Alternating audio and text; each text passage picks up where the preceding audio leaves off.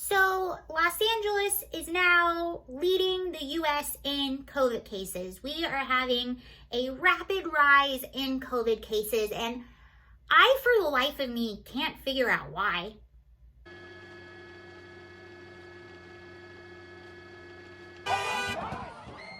Unsettling video from West Hollywood on Sunday. A woman.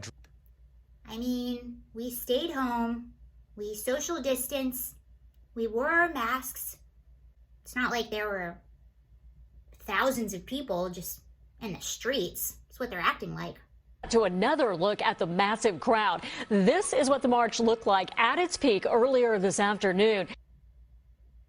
Hey, but in all seriousness, West Hollywood just ordered a mandatory mask mandate. So now you cannot even be on a sidewalk, any outside area, whether you're exercising, walking, or anything. You cannot be outside without a mask on. If you were caught without a mask on by a police officer, you could get a fine. I believe your first offense is $200 to $250.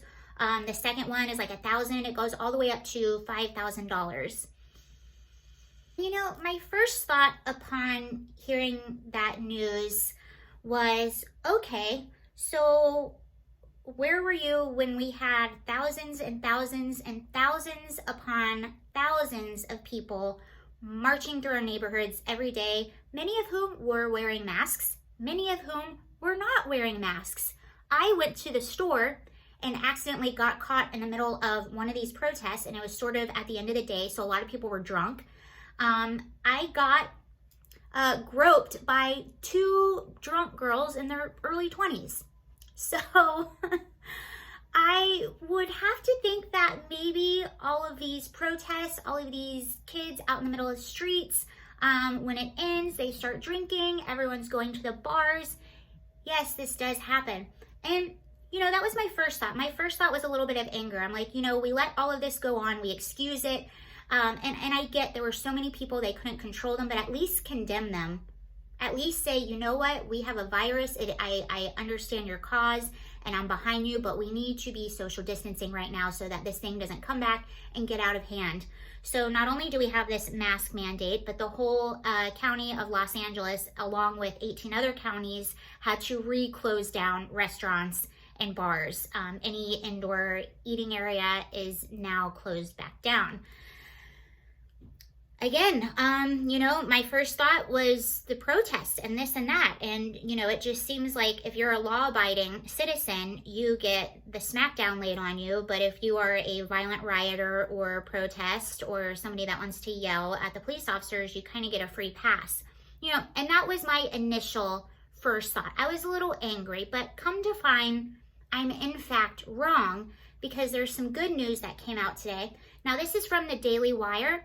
And this article is entitled, "New Study Claims Black Lives Matter Protests Actually Slowed the Spread of Coronavirus."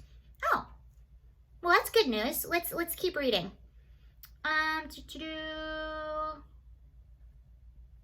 Okay, now comes a new study that claims the protests in which many people without masks marched elbow to elbow on city streets actually slowed the spread of the virus. Yes, this is real. A new study by a nationwide research team that includes a University of Colorado Denver professor has found something surprising. The protests may have slowed the overall spread of the coronavirus in cities with large demonstrations, including Denver. Well, this is what's wrong with our kids nowadays. Somebody involved in this study is a professor. So they go along to say, we think that what's going on is because people who are not protesting are staying away. The overall effect for the entire city is more social distancing because people are avoiding the protests. Let's see, Friedson, one of the researchers, said his paper doesn't try to figure out whether the protests spread the virus among the people at the protest. Instead, he said the research took a bigger picture view. What the protests mean for overall transmission of the virus within the entire community.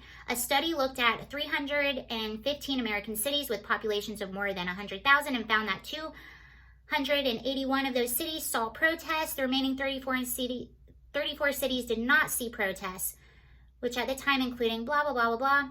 Okay, Public speech and public health did not trade off against each other in this case, they say.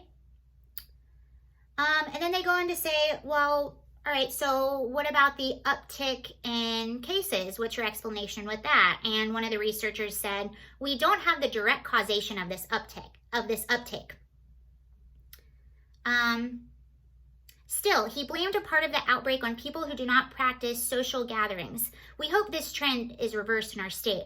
So they're basically like giving a free pass to the protesters and saying that maybe those demonstrations actually slowed the spread because more people stayed away, but didn't happen to mention the thousands and thousands, tens of thousands of people that were in the middle of the street not practicing any of this stuff.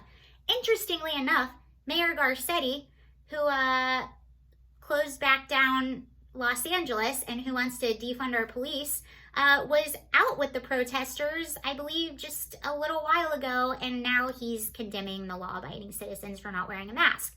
Again, I am all for wearing a mask. I've been doing everything I need to do. I wear it in public. I social distance. I've been home.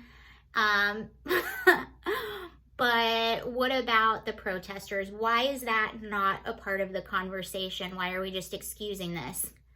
Well, no, I'm sorry. No, a rally is okay. No, a rally is not okay. A rally spreads COVID.